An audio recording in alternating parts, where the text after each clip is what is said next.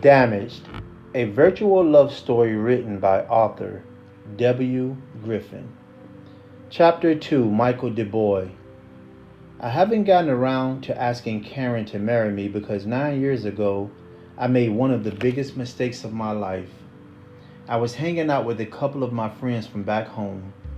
My parents raised me and my sister Denise, Dee Dee for short, in North Carolina, but I relocated to Virginia right after high school. They came up to visit over the summer as they always do, and we decided to hang out.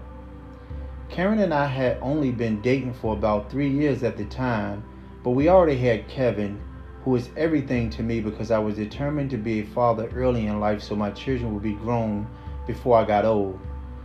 Karen was 18 when I met her, and she was the prettiest thing walking on her high school campus.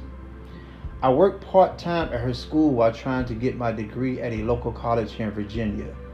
I desperately wanted to get out of North Carolina, and my aunt gave me the perfect opportunity. I knew from the start that Karen was the one, and I asked her out her entire senior year every chance that I got, and I remember the day she said yes. I was so excited because this girl stood out from the rest of her peers. Karen is 5'5" and her shape was perfect. She was well proportioned from head to toe, and her hair was silky with blonde streaks running through the dark black. The first time I saw her, my heart dropped, and it was just my luck because the girls at her school were into older guys. I'm 3 years older than Karen and way more advanced. Her parents are the direct opposite of mine.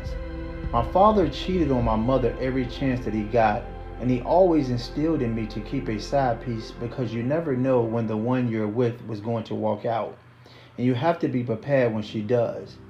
I took this philosophy with me to Virginia, and although I love Karen, I've been cheating on her from day one. Karen's parents, on the other hand, seem to be the perfect couple, but I know deep down inside Mr. McNeil wants to venture out. Or maybe not, I don't know, perhaps it's just my dad in me who thinks that way. The night my homeboys and I ventured out, we found ourselves on the ocean front in Virginia Beach, and the night was hot and full of fine women from one end of the boardwalk to the other. "So what's your story?" she asked. "Are you talking to me?" I replied. "Yes, I'm talking to you. I'm trying to be a part of yours if you let me. I don't mind at all with your fine ass." That was a conversation that turned my world upside down, and the reason why I have a 9-year-old daughter named Destiny. That night 9 years ago, my homeboys pulled in front of her house and waited for me outside. I don't know what I thought because I had just met this girl, but she was young and had the body of a goddess. I couldn't help myself, so I did something that I regret until this day.